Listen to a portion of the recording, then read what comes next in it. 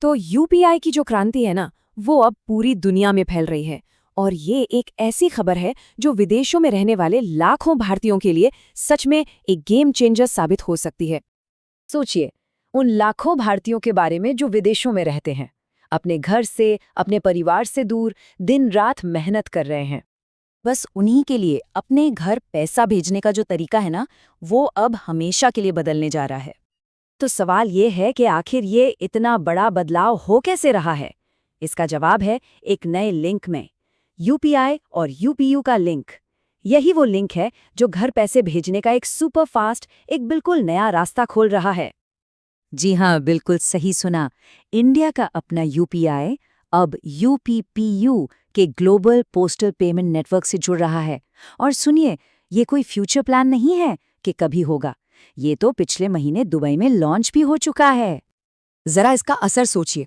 पहले क्या होता था, खासकर उन देशों में जहां बैंकिंग फैसिलिटीज उतनी अच्छी नहीं है। वहां काम करने वालों को पैसा भेजने के लिए भारी चार्जेस देने पड़ते थे और ट्रांसफर में भी काफी टाइम लगता था। लेकिन अब नए यूपीआई यूपीयू तरीके से पैसा ऑलमोस्ट इंस्टेंट ट्रांसफर होगा और खर्चा पहले के मुकाबले बहुत ही मामूली। अच्छा, तो इस पूरी पार्टनरशिप के दो मेन प्लेयर्स हैं, एक है यूपीआई और दूसरा है यूपीयू। चलिए इन दोनों को थोड़ा सा डिकोड करते हैं, आखिर ये हैं क्या। यूपीआई यानी यूनिफाइड पेमेंट्स इंटरफेस, इसके बारे में तो हम सब जानते ही हैं। ये इंडिया का वो रेवोल्यूशनरी इंस्टेंट पेमेंट सिस्टम है जिसने डिजिटल पेमेंट्स को इतना आसान बना दिया है। लेकिन ये यूपीयू क्या चीज़ है? देखिए, यूपीयू का मतलब है यूनिवर्सल पोस्टल यूनियन।